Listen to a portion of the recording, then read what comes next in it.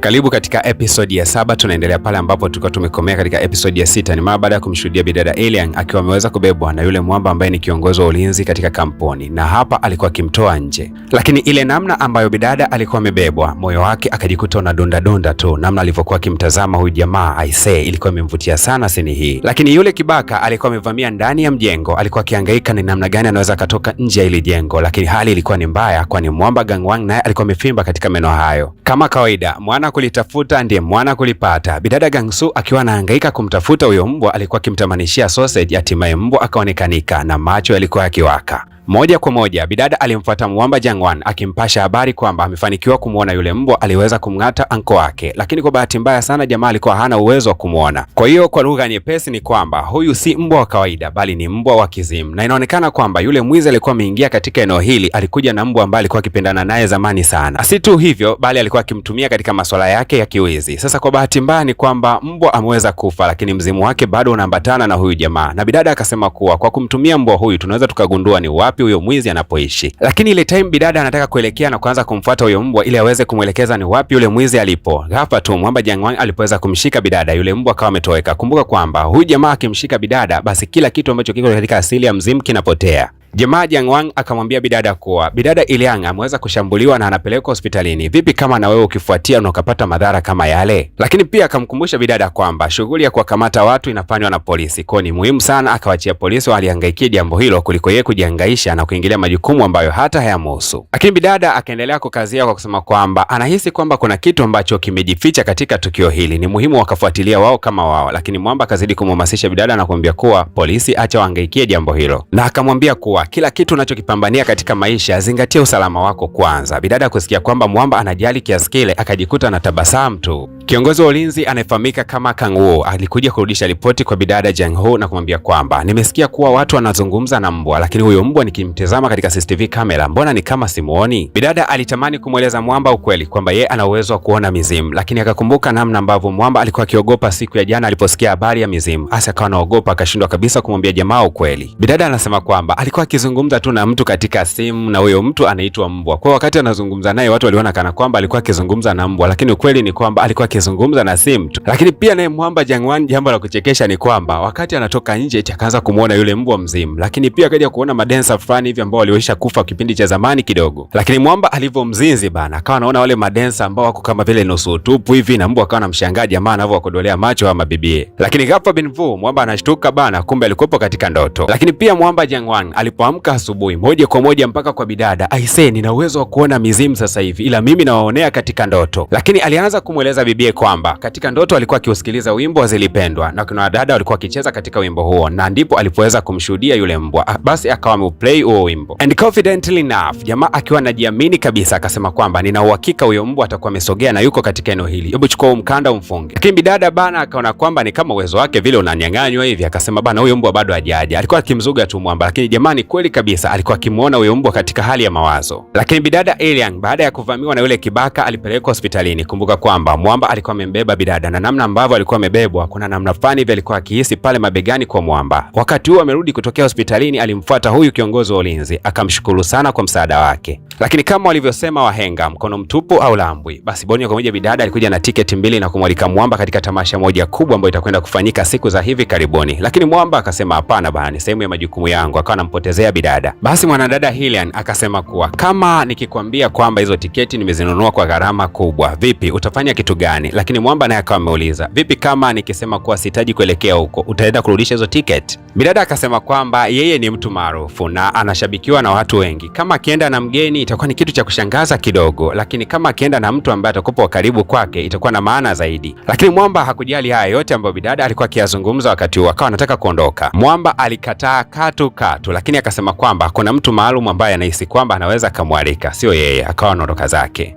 Bwana kumbe mwamba Kang Wu alikuwa naye na mtu watu wake wa kutaka kumwalika katika tamasha hilo hilo, naye alikuwa amebeba tiketi yake na moja kwa moja akaelekea kwa bidada Kang Shu na kumwambia kwamba nahitaji tuelekee wote katika tamasha kubwa itakayofanyika siku za hivi karibuni. Ndio hayo ambayo Mwamba alishawahi kuimba kwamba unayempenda anaweza akawa anampenda mwingine, lakini naye huyu anayempenda pia naye anampenda mwingine. Bwana we, hii ndio kitu ambayo ilikuwa ikiendelea katika wakati huu. Mwamba amefurahia kweli kweli kumwalika bidada, lakini bidada hana amani kabisa kuelekea na huyu jamaa. Lakini bidada akaongezea kwa kusema kuwa inawezekana kule katika ukumbi kutakuwa na giza, yeye atakuwa anaogopa sana. Asijue kwamba bidada anasema kwamba atakuwa anaogopa mizimu, lakini Mwamba akasema nitakulinda. Si unajua kwamba mimi ni mlinzi wa kampuni Shingo pande bidada akawa amekubali, lakini hii haikutoka moyoni kabisa. Ila kesho yake bana, Mwamba Gangwan akawa ameambatana na bidada Kang Shu na moja kwa moja akawa anaelekea katika ile nyumba ya yule jamaa ambaye alikuwa amemfuga yule mbwa ambaye ni mzimu. Lakini ukumbuke kwamba mpaka wanafika hapo ameambatana na huyo mbwa ambaye ni mzimu, ila wewe huwezi kumuona kwa macho ya kawaida. Wakati huo bidada akawa anasema kwamba huenda jamaa anaishi katika ghorofa ya pili, lakini ni jengo hili hili. Lakini mjomba mtu yule alikuwa ameng'atwa na mbwa, akawa anasema kwamba nimekuja kugundua kwamba yule alikuwa ni mbwa wa kijeshi ambaye alikufa kwa ugonjwa siku si nyingi, lakini nimeshangaa kuona kwamba ndiye aliweza kuning'ata, imekaaje hii? Lakini mmiliki wa huyo mbwa alikuwa ni mwamba mmoja muuaji wa kulipwa ambaye alikuwa akifanya kazi za mauaji na ni mtu hatari sana ambaye anatafutwa na serikali. Na ni kweli kabisa kama ambavyo tafiti zinafanyika na kuonesha kwamba jamaa alikuwa akimmiliki mbwa, kumbe jamaa alikuwa ni mwanajeshi zamani na alikuwa akimpenda sana huyu mbwa, na wakati mwingi alikuwa akipenda kushirikiana naye na kumsikilizisha mziki. Siku moja ya ajabu sana ambayo Mwamba anaikumbuka mpaka leo ni mara baada ya kugundua kwamba kuna mazoezi ambayo timu nzima ilikuwa imepewa na wanajeshi wote walishindwa. Captain alikasirika sana na alianza kumwadhibu mwanajeshi mmoja baada ya mwingine, lakini wakati anamwadhibu huyu jamaa, ghafla yule mbwa wake alikuwa akimpenda sana akaanza kumfokea huyo captain. Mwamba aliogopa kweli kwa sababu mbwa alikuwa ni manusura tu aweze kumshambulia. Akamwadhibu jamaa kwa kumwambia kuwa abebe vitu vizito na kuanza kukimbia uwanjani. Lakini Mwamba alianguka kutokana na uchovu mwingi. Kuna jamaa mmoja alikuja na kumwambia kuwa una bahati sana, unajua ungekufa wewe. Lakini dakika hizo hizo eti akapata taarifa kwamba mbwa wake alikuwa akiumwa. Tena si tu kuumwa kwa kawaida, bali yule mbwa wake alikuwa anaumwa sana kiasi ambacho wakasema kuwa huyu mbwa atateseka mpaka atakufa siku ya leo. Wakaamua kwamba huyu mbwa aweze kuchomwa sindano na moja kwa moja apoteze maisha. Mwamba akasema kuwa yeye yuko tayari kumwangalia huyu mbwa na asichomwe hiyo sindano ambayo itamsababisha yeye kupoteza maisha, lakini bado akaendelea kusema kuwa hiyo ni amri ya kijeshi, huyu mbwa anatakiwa kupigwa sindano ili aweze kufa. Mwamba alilia sana akiwaomba wakuu zake, lakini bado walimchoma yule mbwa sindano ya kifo, na kweli kabisa yule mbwa akawa amepoteza maisha. Sasa ile roho ya yule mbwa ikazidi kuambatana na huyu jamaa kila sehemu alipokuwa anaenda. Bwana sasa kaka kapteni akapata nafasi ya kumshambulia sana jamaa, kila sehemu akimkuta anamshambulia kwa sababu mara ya kwanza mbwa alikuwa kikwazo. Mwamba alichoka ukizingatia kwamba ana mawazo ya kumpoteza mbwa wake. Siku ya leo alimtembezea kichapo kizito sana huyu captain, na mwisho wa siku akachukua bunduki yake na kuweza kumshambulia, kisha akawa ametoroka katika jeshi. Na ndio maana wanasema kwamba huyu mbwa anamilikiwa na mwamba mmoja ambaye ni mhalifu mkubwa ambaye anamiliki bunduki ya kijeshi, lakini yeye si mjeshi, ila ni kwamba huyu jamaa ni mstaafu wa jeshi. Hasa bidada kusikia kwamba jamaa alikuwa anamiliki bunduki akasema kaka tuondoke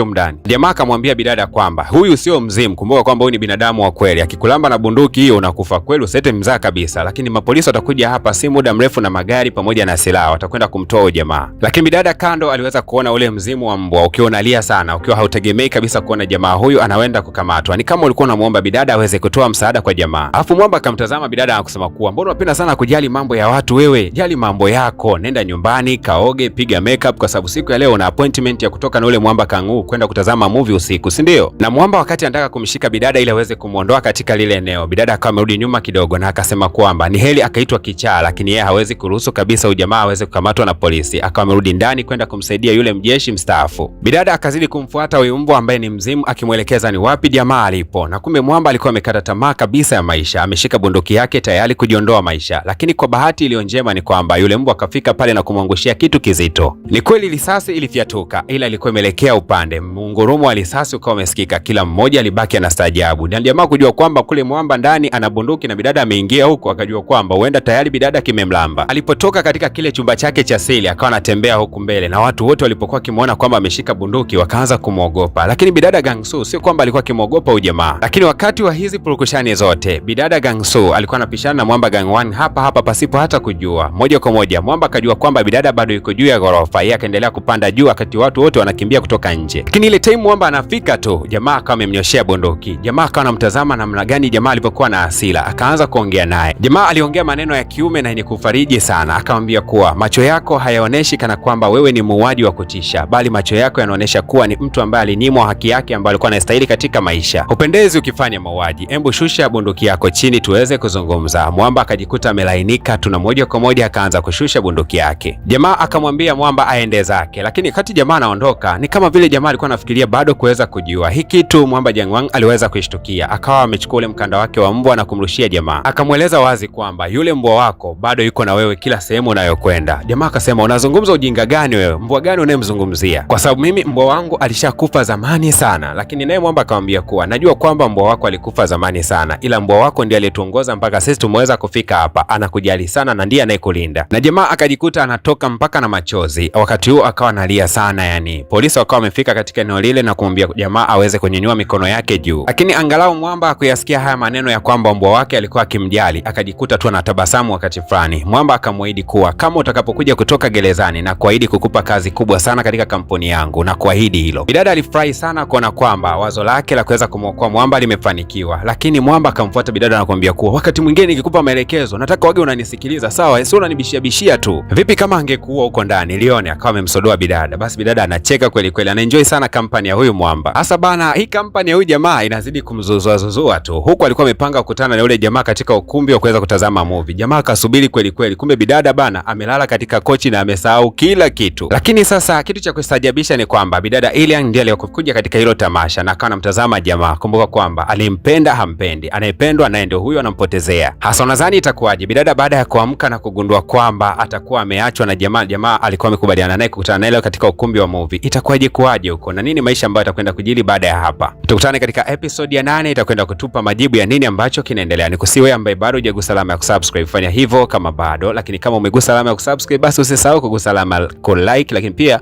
usisahau ku drop comment yako ya makopa katika ukurasa wa comment. Asanteni sana, tukutane katika episode ijayo.